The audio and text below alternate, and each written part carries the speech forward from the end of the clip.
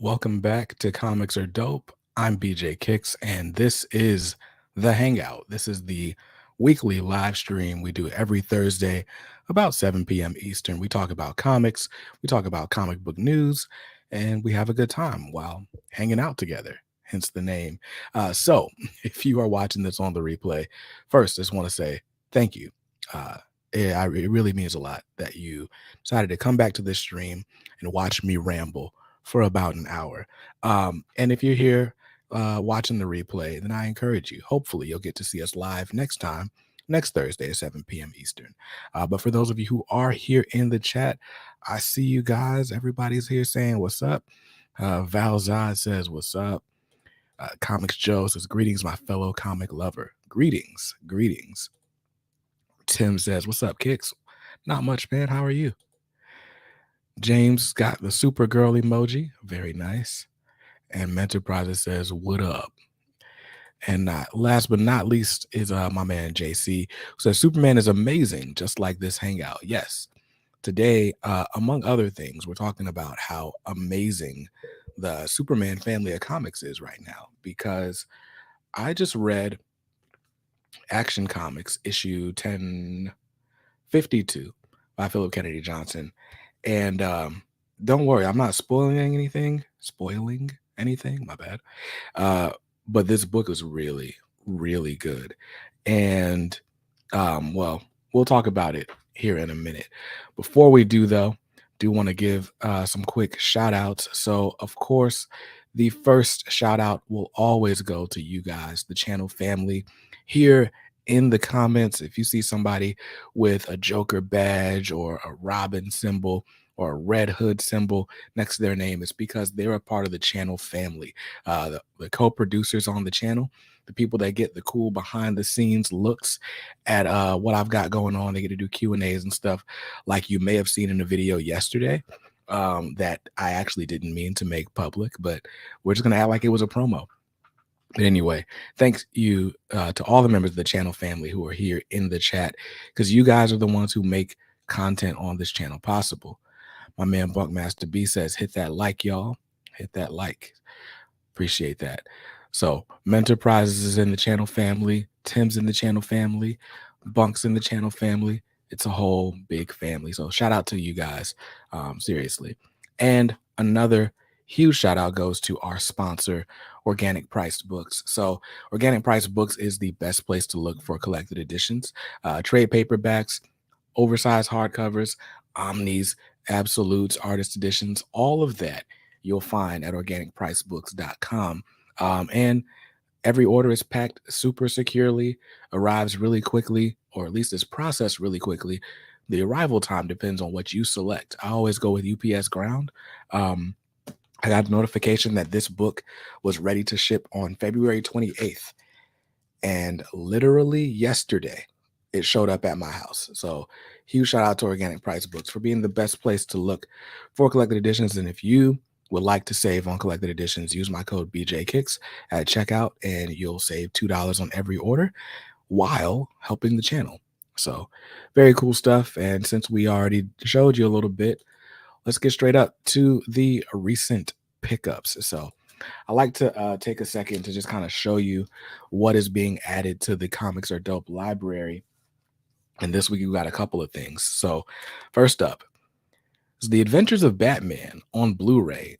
This is known as like the Filmation years. This is a old school Batman cartoon that if you grew up watching Cartoon Network and all the old Hanna-Barbera reruns, you might have seen a couple of episodes of this as well. And what's funny is Robin is actually played by Casey Kasem, who is also Shaggy from Scooby-Doo. So anyway, this is the series where you get Batmite and all that stuff. And I honestly pre-ordered it on a whim. Like I didn't need it. And then I forgot about it. So I forgot to cancel it. And then I got a notification yesterday like, hey, your book or your DVD will be here tomorrow. And so here it is, The Adventures of Batman. And at first I was mad because I was like, I could have saved $25. But then I looked on HBO Max and this series is no longer streaming. This used to be streaming on HBO Max. But anyway, now I own it on Blu-ray.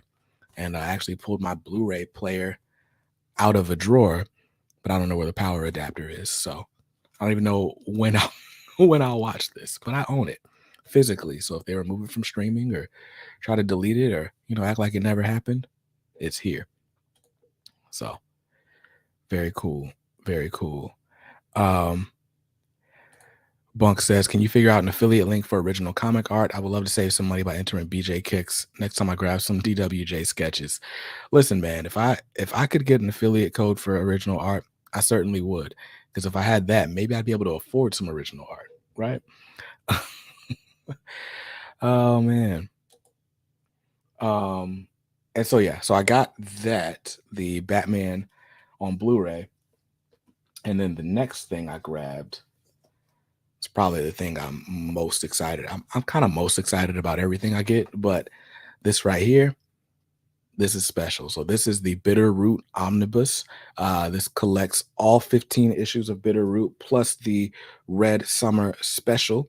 And this is just one of the best series I've read since I got into comics, and I like it a lot. And it means a lot to me because I actually met all three creators at my first convention last year, Heroes Con, where they announced a sequel to this is coming up called Bitterroot 1965. So if you're not familiar, this book, Bitterroot, follows the Sangier family, who in the 1920s, during the Harlem Renaissance, are a family of monster hunters. And they've got the cure for these monsters. And the monsters spring up out of hatred, racism, which seems on the nose. Like whenever I say it, it sounds like it should be corny, but it's not. And it's amazing, and I won't spoil anything, so I'll just stop talking right there. I grabbed this from Organic Price Books, and with it, I grabbed this. This is the Batman and Robin Omnibus by Peter J. Tomasi and Patrick Gleason. And this is a book that's been out of print for a long time, and they finally printed it back in January, but I skipped out on it because right around the time I finally had the money available, because I had been saving for this one, a copy of Nightfall Volume 3 became available. So I grabbed that instead of grabbing this. And then I had to save my money up again. And now I've got it. Batman and Robin by Tomasi and Gleason. I love Damian Wayne. I love a good family story, a good father-son story. And this is all that. And I love Peter Tomasi's writing. I love Patrick Gleason's art. So this will go. I haven't decided where I'm going to put it on my shelf because I could put it next to the Superman Omnibus by Tomasi and Gleason, or I can put it with the rest of my Batman, which this would go. It would go. I'd put it right after the Grant Morrison Omnis, even though this kind of runs concurrently with.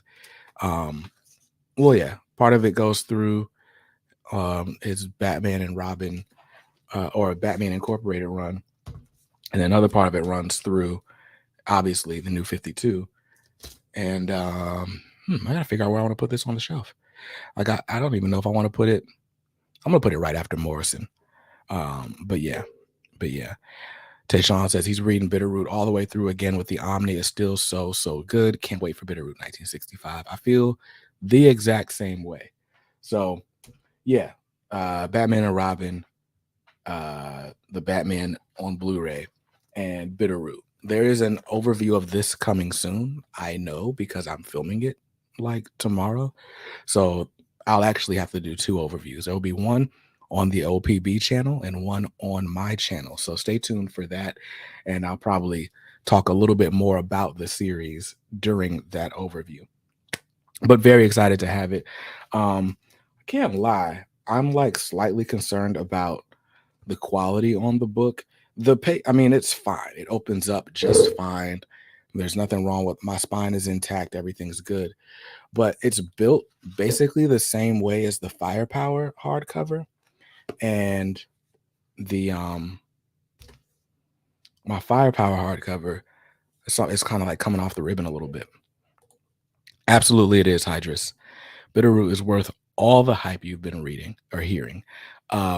I mean, if nothing else, it's worth it for the Sanford Green art, but the story, like, as amazing as this art is, the story is just as, like, they go hand in hand.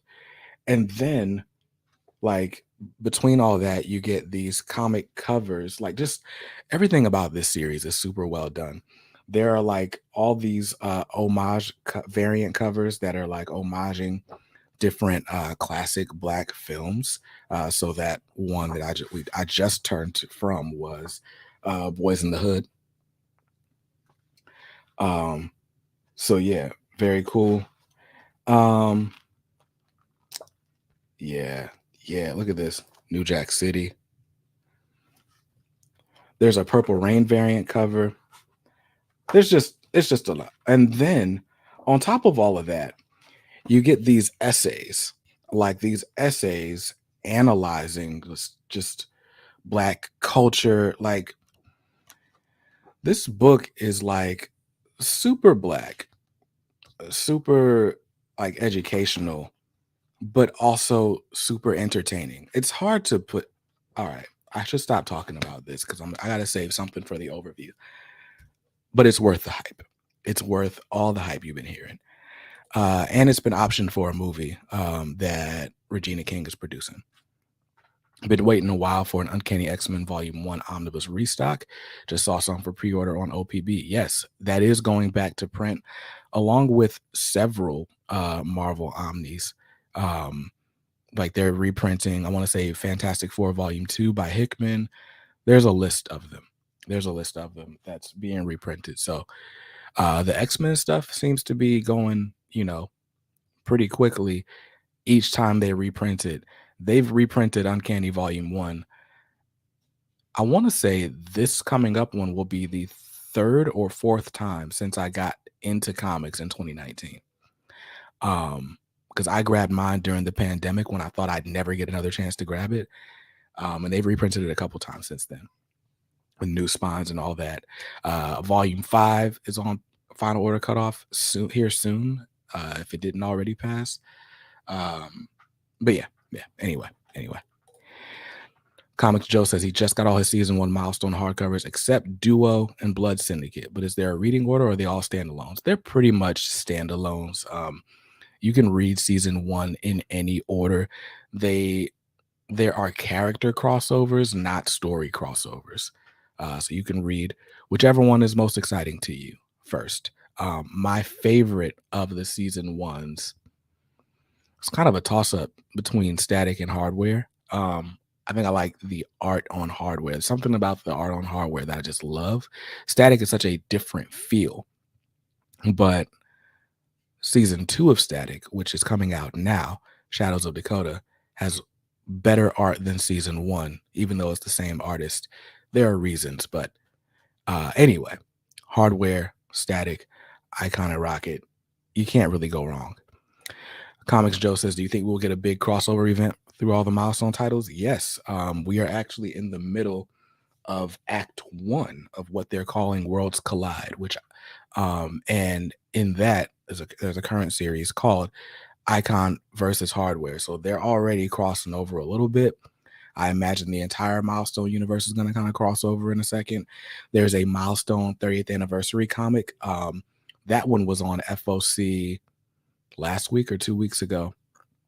And with that one, the old Milestone is going to kind of meet up with the new Milestone. So I think we'll get a lot more of context about what the future is going to look like in that book. So stay tuned for that. Carl Weatherspoon was going to pick up some Spawn hardcovers, but heard the stories are whack. Anybody got input? Yeah, I tried reading Spawn, not a bunch of old Spawn. I tried to read like current Spawn. I jumped in at issue 300 because they made a big event about it, and I just found it kind of not necessarily confusing, but confusing at points. And then I also felt like the story never really went anywhere. It was always great to look at, but it was just like you could always kind of take or leave it. So I ended up leaving it. Hydra says, I recently picked up the new Static Season 1 hardcover. It was incredible. Couldn't put it down. Definitely going to wait for the current one to get a hardcover. Yeah, I buy every cover every time. So I can't wait for the hardcover. The art is just too good. The story's like too good for me to wait for it to finish and wait for a hardcover to come out. Because I think the Static Season 1 hardcover won't be out until, I want to say, November. Like it's in the previews catalog right now for Penguin Random House. So let me search for it real quick.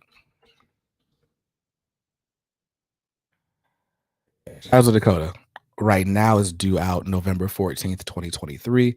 That assumes the series doesn't get delayed, like no issues get delayed and pushes production back. But yeah, yeah. I'm gonna need I need the issues now. Is there any Marvel DC characters being underutilized I could do better in the Milestone universe? For me, Milestone is Milestone. Like the Milestone characters are underutilized enough without trying to like integrate other characters. But I mean, could some DC or Marvel character be better utilized in Marvel or in Milestone? I don't know. You kind of want you you kind of want to just like bring all the black characters to Milestone, right? But Milestone's not just a black company. Um, but I feel like the way John Stewart doesn't really get used to his full potential, you could use something like that. But if you've already got Icon that kind of does the whole intergalactic thing, is there necessarily room for a Green Lantern when, well, I don't want to spoil later issues of Icon, but Icon kind of serves that role for his planet. Um, exactly, exactly. I wouldn't want to segregate the DC universe either. I think there's also just kind of the unfortunate fact that a lot of those who are sidelined are black, and so that's kind of just like an inclination to do that. But yeah, I'm not trying to have separate but equal DC universes. Like that's just not it's not my thing. Tim says, again, Kicks, thanks for the heads up on the second print of Static #1. No problem, sir. No problem. I heard it on good authority that we were going to the second printing, and then it finally hit the catalog, so I could finally talk about it. So I posted the announcement in the Milestone fan group, as well as in the K Squad and on my Twitter account. So no problem. My thing is, I want everybody, like everybody who wants this series, to be able to get it. And when stuff goes to second print, it's almost always like they'll announce it on a Wednesday, and the last day to pre-order it is that coming up Sunday. And that's the case here. FOC on Shadows of Dakota issue 1 second printing is this Sunday. So call your shop and order it. We're going to talk about FOC stuff here real soon, actually. Um, Speaking of, let me go ahead and upload that file into here so we can talk about it. Now I just got to remember where I put it. All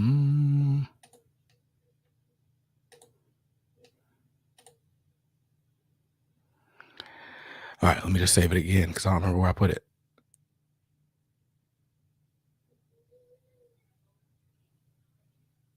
Where did I save this? How do I find out where I saved the file?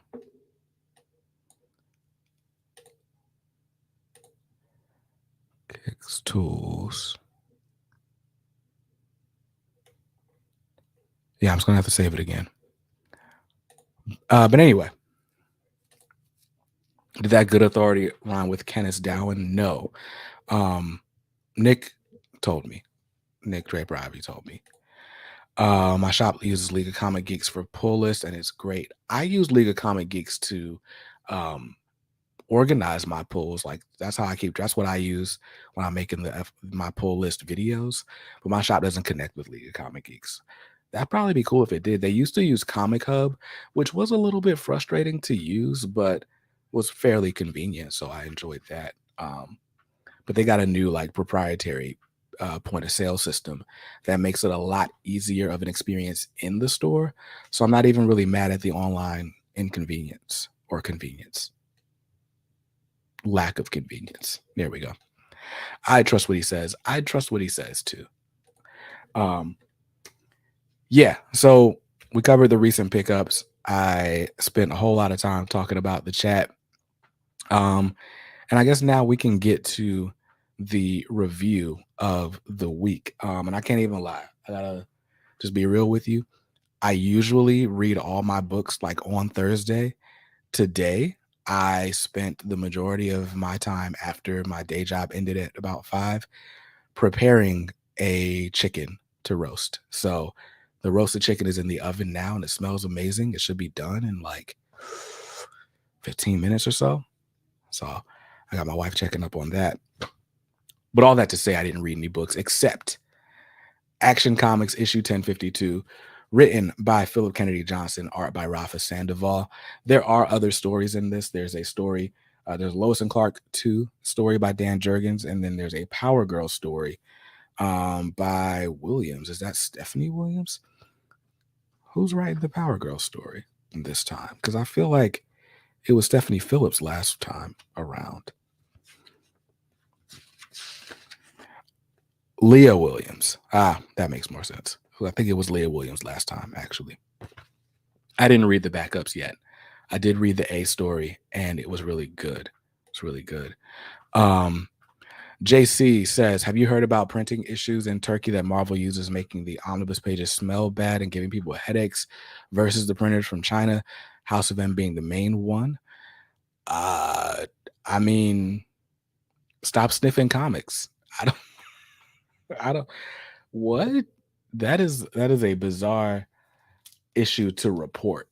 I don't doubt that it's true, but I'm like not going around huffing books. Like I feel like to give you a headache, you've got to like really be like just sniffing books. Why are people doing that? Don't do that. Don't do that, guys. Sorry, my shot composition was bothering me. I had to like move up in the frame a little bit. But yeah, don't sniff books. So Action Comics, issue 1052. This was the action-packed issue that I wanted the last issue to be. It was just good. So the Superman family was basically ambushed by Metallo in the last issue. And in this issue, we kind of get more of that and kind of see how that fight ended up going between Superman and Metallo. And then we get a little bit more information as to exactly why they're fighting, what the context is, what the stakes are. But what I enjoy about this issue in particular, I mean, it's beautifully paced. The art is excellent. Like Rafa Sandoval, like is just, bruh. He's got to be one of my favorites. But like, just, I mean, every page is a good example of great art. But like the action pages, like, man, look at this. Look at this right here. If you saw the thumbnail to this live stream, it was also out of this book. And man, like it's just so good. It's really good. But anyway, so the art was great, and that always helps me enjoy a book a little bit better.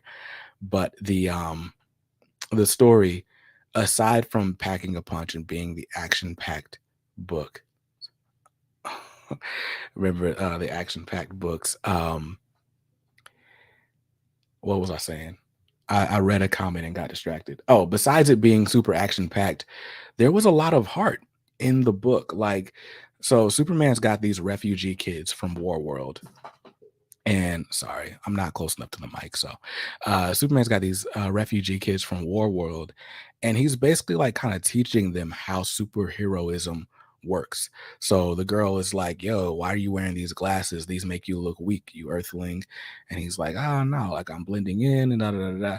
Again, not to spoil the issue, but as he's teaching like the super twins, as we're calling them, what life is like and why he makes the decisions he makes, it's like just another example of what Philip Kennedy Johnson has been doing for the last 2 years on the title and just really hammering home who Clark is and how Clark decides or goes about being Superman and why that's so important. Like he's reminding them of like just because he's like the strongest being ever doesn't mean he's got to be like, a tyrant or a powerhouse all the time. Um it's just great. It is just great. For all the talk of like Superman not being masculine enough or whatever like the haters say, this is a perfect display of like what real masculinity looks like. Being it's funny, I was watching the interview with Jonathan Majors and he's kind of talking about some of the same things. He's like, I mean, dog, like I'm the biggest dude like in the world. Like I wouldn't want to fight me. So clearly I'm masculine, but also like is not manhood like balancing gentleness and meekness and all of those things as well.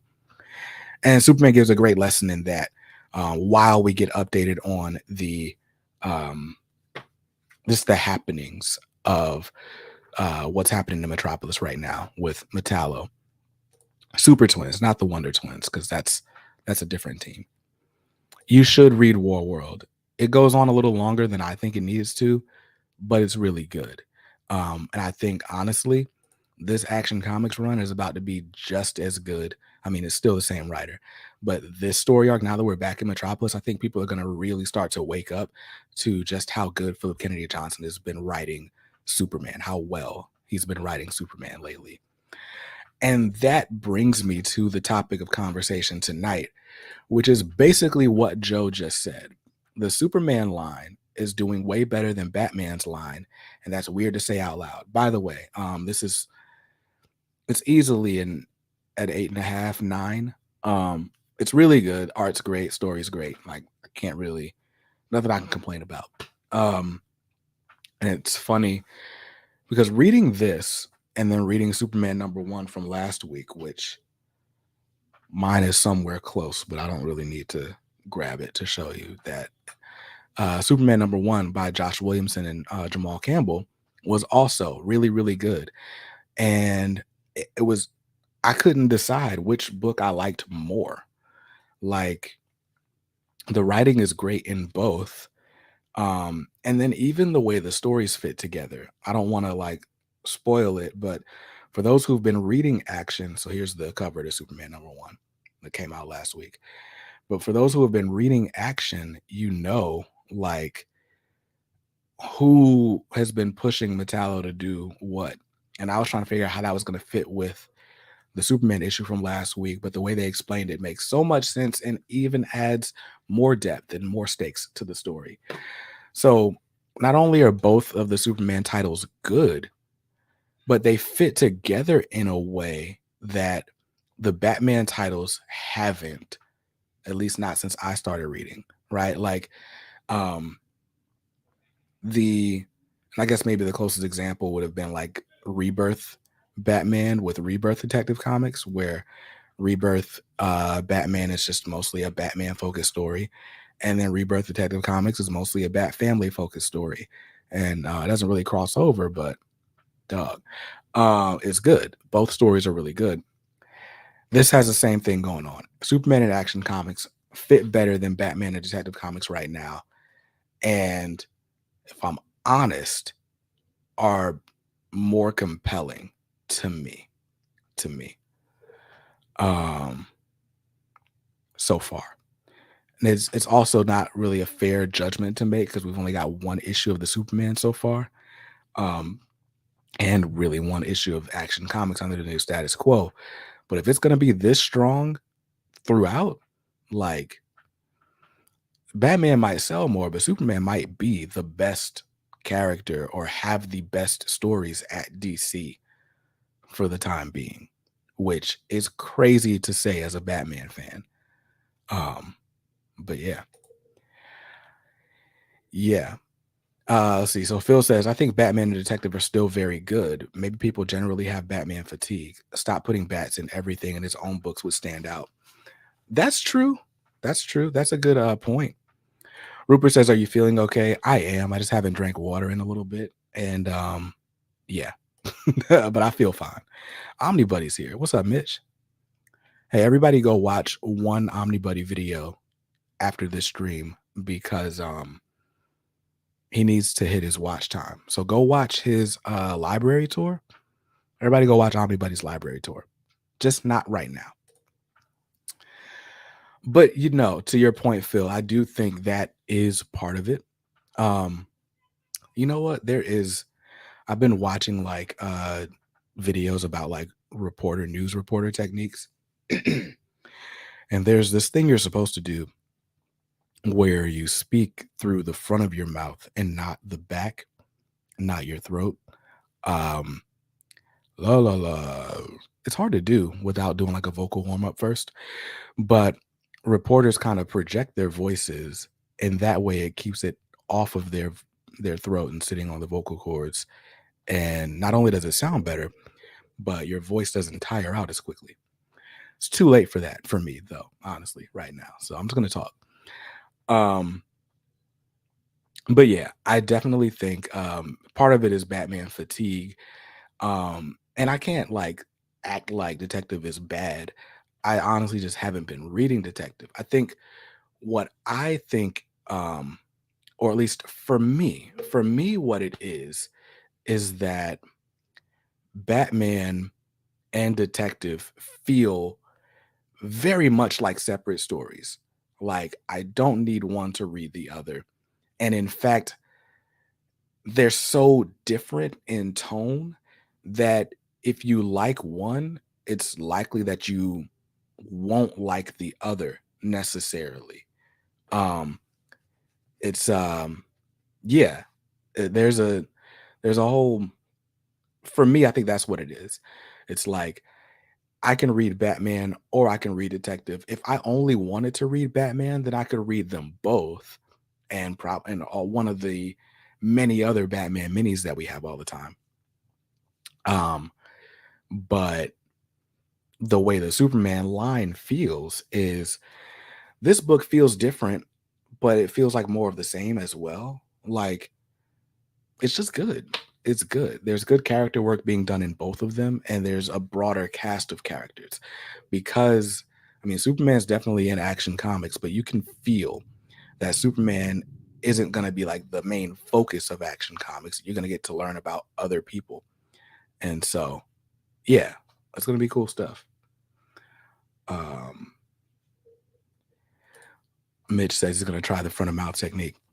It sounds terrible out of context. I was practicing it earlier today. Right now, I just need a sip of water. You know what? Give me a second. I'm gonna play.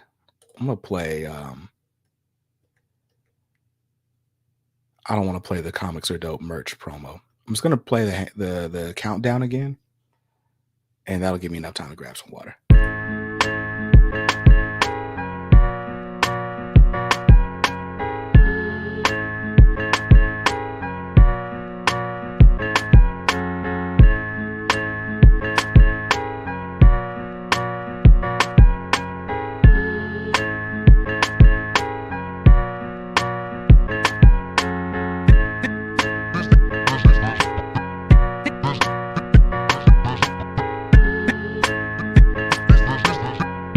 Murder don't need no hook.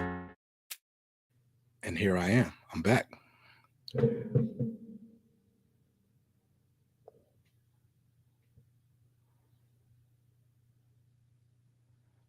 My bad.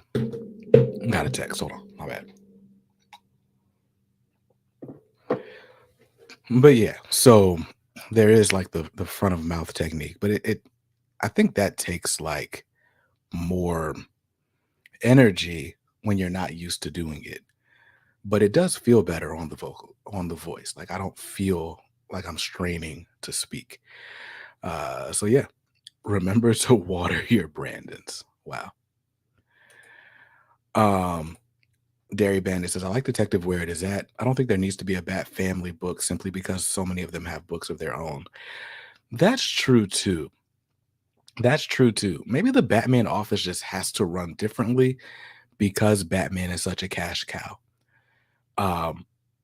Which is fine, I guess, but to be honest with you, I don't need a Damian Wayne Robin book, and a Tim Drake Robin book, and a random Alfred prequel book because Alfred's dead, but they still want to sell Alfred, and a Batgirls book, and an out of continuity Batman book so that you don't have to be reading Batman monthly, and the monthly Batman book, and the monthly Detective Batman book.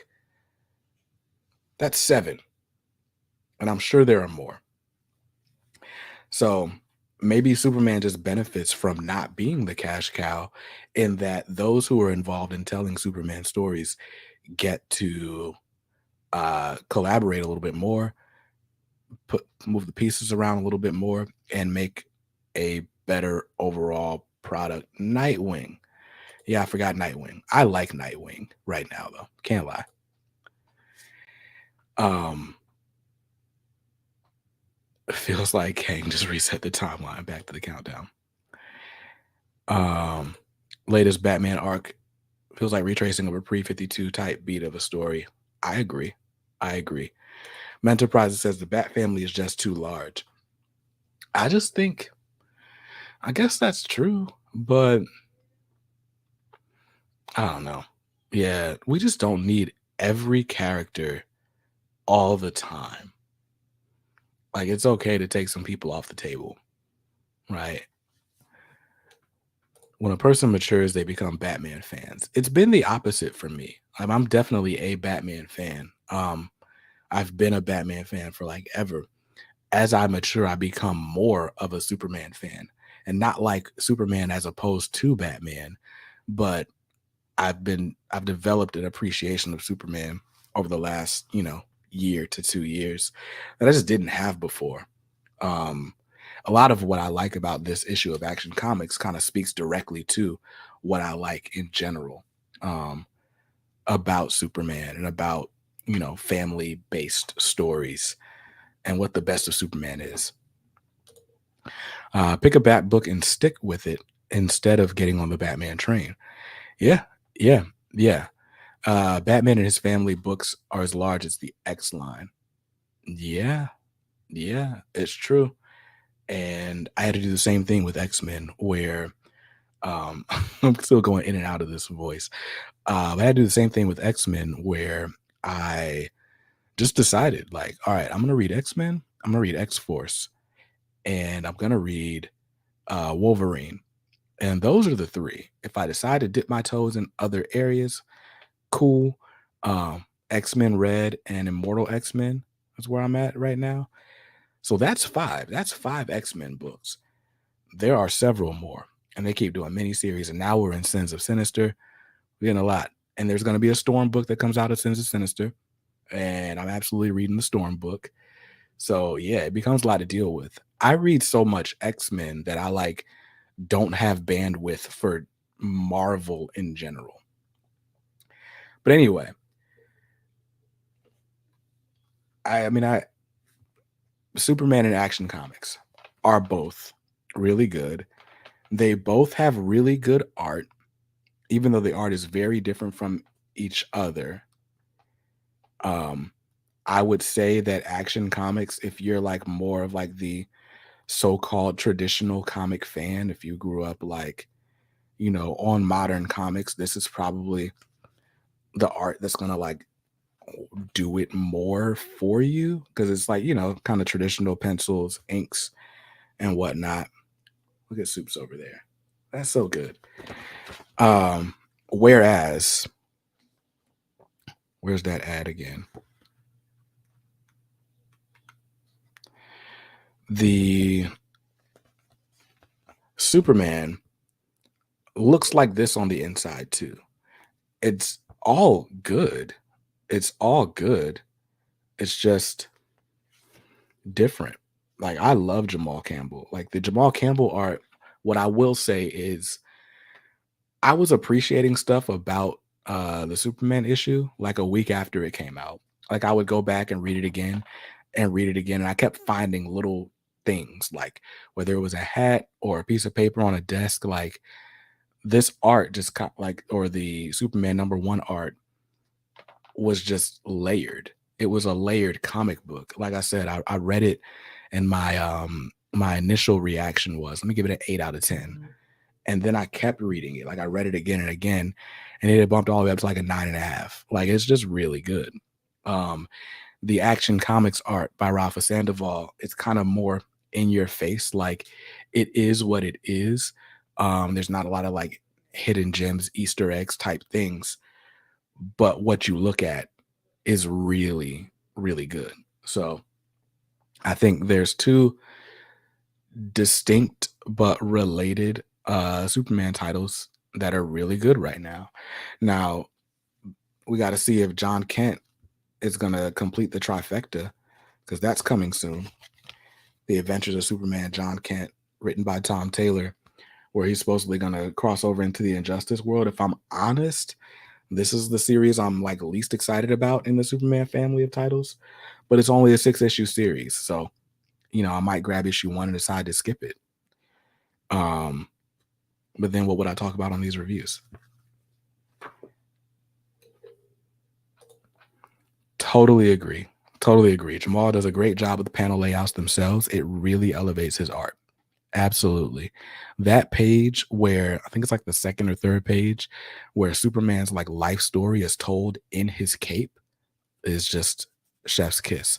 By the way, does anybody know if Jane's watching? Like, if Jane's watching, I just want her to know that she's really cool and her dad's really cool too. And I appreciate them both watching.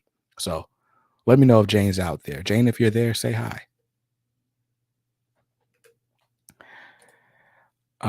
Eric says, I know Superman just started, but man, it's killing it. Did I read that one already? It is, though. Cover A looks weak. Head's too small for his body. It's true. It's true. But I mean, it's DC, so there will be no shortage of covers for this book. John Stiles says Monarch is really good as well. Yeah, I enjoyed Monarch issue 1. I don't think issue 2 is out yet, but issue 1 I liked. I liked it a lot. So it's basically like aliens invading Compton. But there was like, you don't know, that the synopsis made it sound like it was going to be like just another like story set in the hood with like little gang banging kids fighting each other. But the issue itself revealed more depth than that, and it wasn't just kind of like the same story played out all the time. And it ends with a twist that's very similar to the twist in Philadelphia #1, if you've ever read that. So I'm hooked. I'm hooked. I think it's going to be good. No problem, sir. No problem. Um, can't let people see how the magic's made. Buckmaster B says, Jane says hi back. Yes. Hey, Jane. I think it is very cool that kids can watch this show with their parents. But anyway, I really just wanted to sing the praises of Action Comics and Superman and how well both sort of debut issues of this new era had gone. So if you are wanting to catch up, this story starts with Action Comics 1051. So go back and grab that. The second printing of that came out last week. So your shop probably has it there.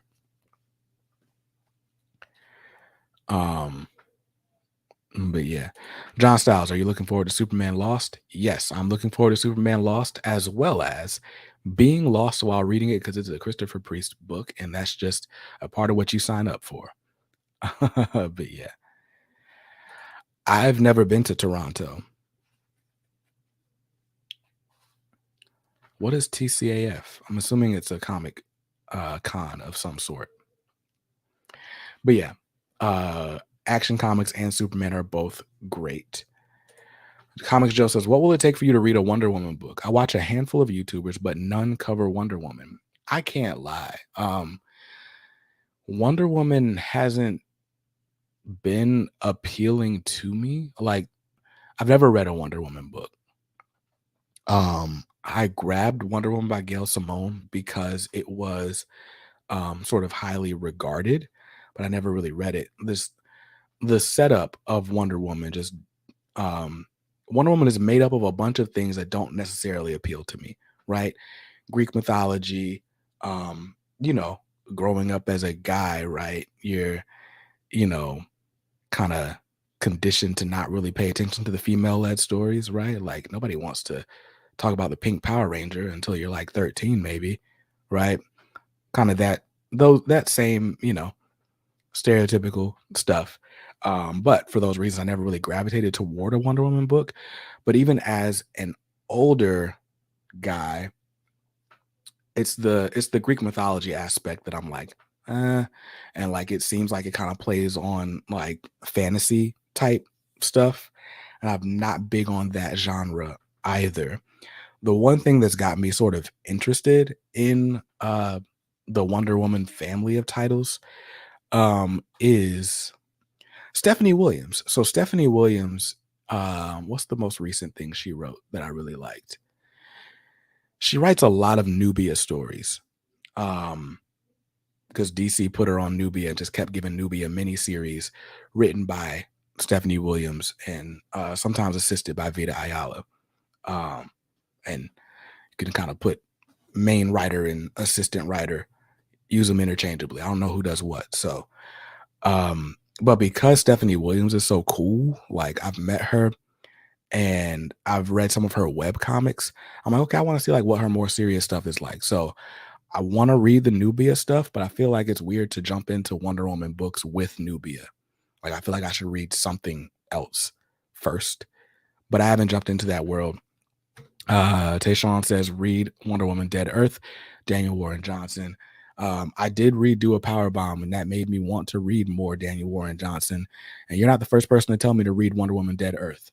Lucky for me, I have it somewhere.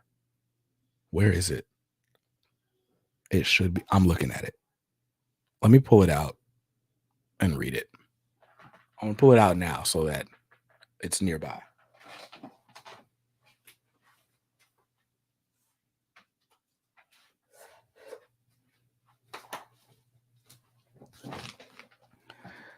Here it is. Wonder Woman Dead Earth. I promise I'm gonna unseal it. Okay, but hear me out. If Wonder Woman puts you off because it's got a bunch of themes you're not into, what if there was a Wonder Woman book in space? Then I probably would not read it ever. Oh man. But no, I'm gonna check out a Wonder Woman story. I feel like Dead Earth might be cheating for your first Wonder Woman story, but I'm gonna check it out. Um, but yeah, it's just not an from the outside looking in, it's not as appealing a corner of the DC universe. I kind of feel the same way about what Thor. Thor doesn't really interest me like that. Dead Earth is amazing, such a great story, and some of the best action scenes in comics. Wonder Woman with Superman in space with the Pink Ranger. That's fair. Wonder Woman has a lot of sword and sorcery elements. Word, yeah, I'll check it out.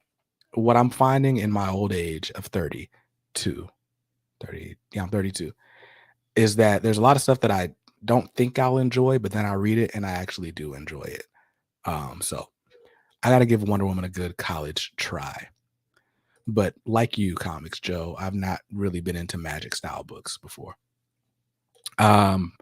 So with all of that said, this was just a long recommendation of the Superman family of titles. I think they're doing a really good job. And before I leave you, which is something I haven't done on the Hangout in a little while, and that is covering this week's final order cutoff books recommendations. So, final order cutoff, if you're not familiar, is a deadline. It's a weekly deadline for your comic shop to order or pre-order books to stock in their stores. The numbers that your comic shop order are what determine the print run. And so chances are, if you don't order a book before final order cutoff, especially if it's like a lesser known under the radar title, you won't have a copy on release day. You'll walk in the store and there might be one left. And if that series somehow was a big hit and there was some new character that everybody loved, maybe that one copy, even on release day, is now a $10 book instead of a $4 book. So I give you FOC recommendations so that you can call your shop and order it before the deadline, guarantee your copy for cover price, and be super happy about it. So without further ado, let's go ahead.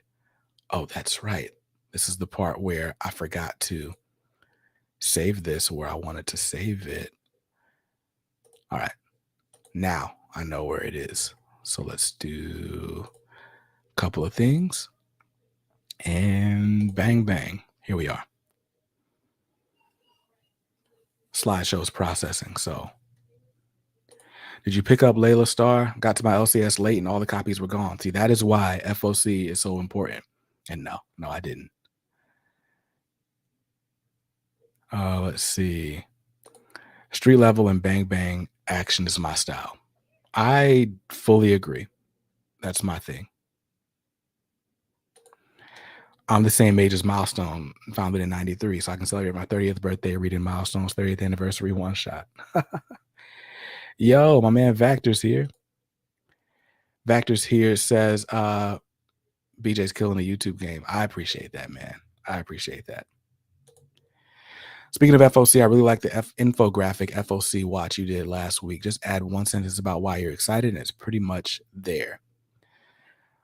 I'll see if I can try to fit that in that little canvas. I might have to like make it Instagram story dimension instead of the square Instagram feed dimension and do it as a reel.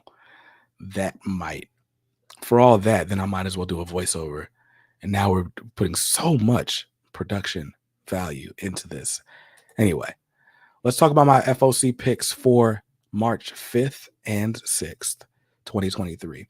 DC's FOC is with Lunar Distribution, and for whatever reason, their FOC is Sunday afternoon. So go ahead and call your shop tomorrow and order these books.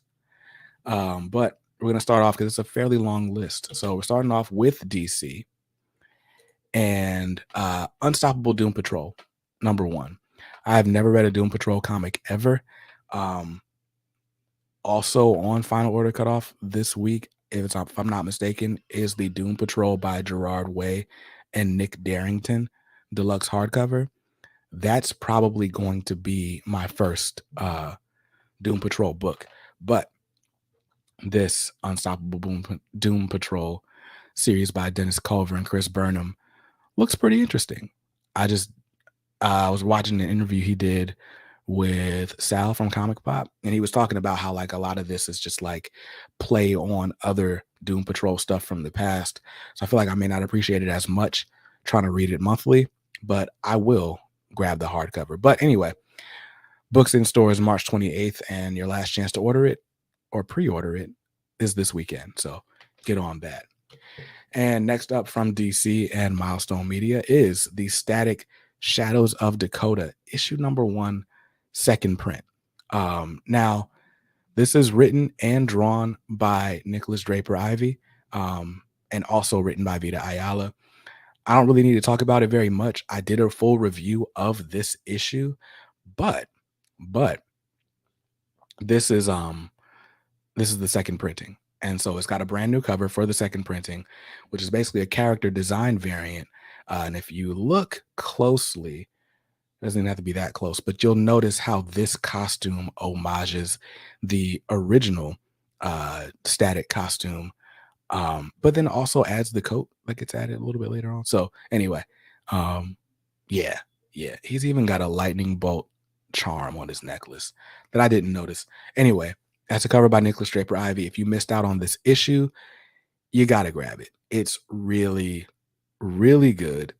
And I'm going to order this as if I didn't already have, 4 copies of this book, because it's got a different cover. So yeah, FOC's this weekend and it'll be in shops on March 28th. That's super big for a Milestone book to get a second printing, by the way. I agree. Shadows of Dakota is dope. Issue 1 was great. I've got it on good authority. Issue 2 is going to be pretty good as well. So Bunkmaster B is more of a Paw Patrol kind of guy than Doom Patrol. I bet Jane's a Paw Patrol kind of girl. Yes. that Gerard Way. And I think, didn't Gerard Way also write Umbrella Academy? Did I make that up? But anyway, that was the last thing I wanted to spotlight from DC. Let's move on to Marvel, where Planet of the Apes #1 is on final order cutoff this weekend. It'll be in shops on April the 6th. I'm grabbing this specifically because David Walker is writing it. I've not read a David Walker book that wasn't like focused on, a black character. I've read some of his Cyborg, some of his Luke Cage. I've read Bitter Root, of course, Naomi seasons 1 and 2. But I've never read Planet of the Apes, or never read any book that David Walker did that wasn't focused on like a black character. So I'm intrigued, and also like the newest Planet of the Apes trilogy. So was there 4 or 3 of those with Caesar? I don't know. I liked them. Next up, TMNT Usagi Yojimbo, Where When, #1. I promise I didn't throw this in here for Mitch because I didn't even know Mitch was going to watch this, but it's the Ninja Turtles and Usagi. If I'm ever going to read Usagi, it's going to be the crossover issues with the Ninja Turtles. And this cover, because the cover A is actually by Stan Sakai, but this cover is the one I'm buying. It's cover B by Kevin Eastman. And I mean, just look at it. So retail price on this is $4.99. I believe it's a one-shot issue. I think. I hope. It's a 5-issue crossover? Okay. I guess I got to go down for all 5 issues then. I guess I got to do it. Because I rock with TMNT. And I like the look of Usagi, even though I've not read him. Dang, I just lost Usagi's samurai hat. David Peterson has a 5-issue connecting cover. Word. Okay. Oh, they're 1 in 50 variants. I can almost guarantee my shop is not ordering 50 of this book. Not of every cover. Like, not of every issue. But anyway, that'll be in stores on April 12th. And final order cutoff is this weekend. So if you want to start this 5-issue crossover series, get on it. Call your shop tomorrow. Another indie title from Mark Miller is The Ambassadors #1. Now, Mark Miller, from what I hear, is like, edgelord, like just edgelord stuff, super violent and all that. But I'm intrigued about this Ambassador series. The hook of the series is just interesting to me. It says, imagine you could gift superpowers to 6 people. In a world of 8 billion, who do you choose? Join 6 of the greatest artists in the industry for an enormous story about ordinary people from around the world, explaining why it should be them, like why they should have the superpowers. So that's what's intriguing to me about this series, is that each issue has a different artist. So issue 1 is going to be Frank Quitely, who, if I'm honest, I'm not as big a Frank Quitely fan. I like his storytelling. The actual images I'm not necessarily a huge fan of, but issue 4, I know we're looking really far down the line, but issue 4 is drawn by Olivier Coipel, who is the guy who did this variant for Static Shadows of Dakota #1. And I don't think I've like seen Coipel doing interiors on anything lately. And that's what's got me interested. I would honestly just pick up issue 4 if I felt like I wouldn't be lost. So there it is. The Ambassadors #1. It'll be in shops on March 29th. So the same week as that Static reprint. And FOC is this weekend. And I think we're done with single issues. And I think this is the last slide, if I'm not mistaken. But for those of you who love collected editions, the Miles Morales Spider-Man run by Solid and Ahmed is getting collected in an omnibus. So if you're collecting Miles, like I'm collecting Miles, I've got the Ultimate Spider-Man Miles and the Miles Morales Spider-Man from 2016, both on my shelf already, which, by the way, those have been rebranded as Miles Morales Volume 1 and Miles Morales Volume 2. And now we've got Miles Morales by Saladin Ahmed. This is the direct market variant cover, by the way, by Torrin Clark, because for my money, Torrin Clark's got to be top 2 cover artist in the game right now. And I don't really care who you put at number 1, whether it's Torrin Clark or Alex Ross or Mark Brooks, who are doing like this almost painted looking style. But man, Torrin Clark is like, it's his art is all digital, but it's got texture and doesn't look digital at all. But it's really his composition. Anyway, this isn't the Torrin Clark appreciation post, but I'm grabbing this cover, the direct market cover, and this collects basically all of Miles Morales from the 2018 up until about 3 months ago. So grab it if you're interested. Cover price $125. It'll be in shops on August 16th if it doesn't get shuffled around. And then I lied. There's one more slide. Yes, Tim. Icon versus Hardware number 2 is on final order cutoff this weekend. I try to keep the FOC series specifically for series debuts. I want to give people good jumping in points. And that's what I focus on for FOC. But with this honorable mention section, I get to play around a little bit. And was it him or was that Swaby I saw? I don't know. But so Icon versus Hardware number 2. This cover all the way to the left is actually the 1 in 25 variant by Jamal Igle. I think it's Igle.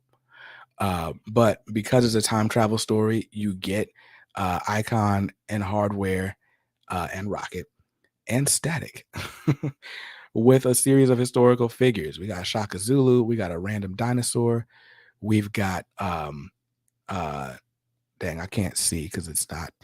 Let me full screen this so I can see who the heck is on the screen.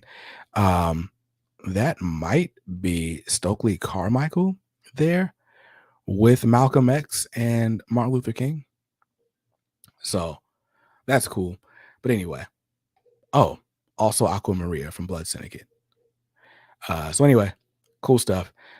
Also is the Phantom Stranger Omnibus, which is on FOC this weekend. It apparently has been put in the catalog, taken out of the catalog, put in the catalog, taken out of the catalog, but it's gotten all the way to FOC. So if you want this book, my advice is to grab this book because they've been playing around with whether or not they were going to print it for like years now. So grab it. Phantom Stranger Omnibus. That next one is Amazing Spider-Man issue 23, the Disney 100th anniversary variant, homaging the Infinity Gauntlet. Somebody's going to be mad because they're going to pick up that book thinking it's an Infinity Gauntlet featuring a bunch of Disney characters, and they're going to open it inside. It's going to be a lackluster issue of Spider-Man. But that cover is dope. Speaking of lackluster issue, I shouldn't call it lackluster, but that cover by Alex Ross all the way to the right. Alex Ross is bringing back the timeless variants, by the way. And that is the Alex Ross timeless variant featuring Magneto. But that is the cover to Scarlet Witch number 4. Like, what? But I get it. Scarlet Witch, is Magneto's daughter. So it makes sense for Magneto to be on her book, I guess. I'm buying the cover. I'm not reading that book. Let's see. She's on a motorcycle. It's an homage to the Wolverine cover where he's on the bike and claws are in the pavement. Then I have not seen it then.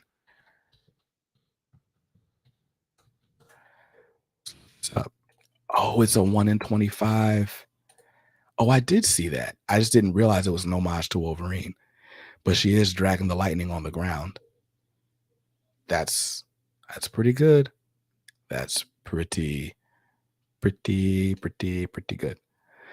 So those are my FOC picks for the weekend of March 5th and 6th. And I might just cut this part of the live stream and make that the FOC video that comes out tomorrow. But that is how I'm going to leave you guys, because I got to go check on this roasted chicken. I think it's going to be amazing. I put oranges and ginger in the cavity. But yeah, isn't the Action Comic Superman in a painted art style? No, no. The covers for Action Comics are done by Steve Beach, who does paint them. The interiors aren't quite like that. For a while, the interiors for Action by PKJ were done by Riccardo Federici, who does like a pencil only type of style. It's like just pencils and colors. But anyway, no, it's not painted. It's a great modern comic art. But with that, I hope you guys enjoyed the stream. I enjoyed hanging out with you, especially enjoyed hanging out with you, Jane, and her dad. So I will see you guys here next week. Same time, same channel, same channel. I might rebrand. I'm joking. See you guys next Thursday at 7. Until then, stay dope and make sure you are reading something awesome today. Peace.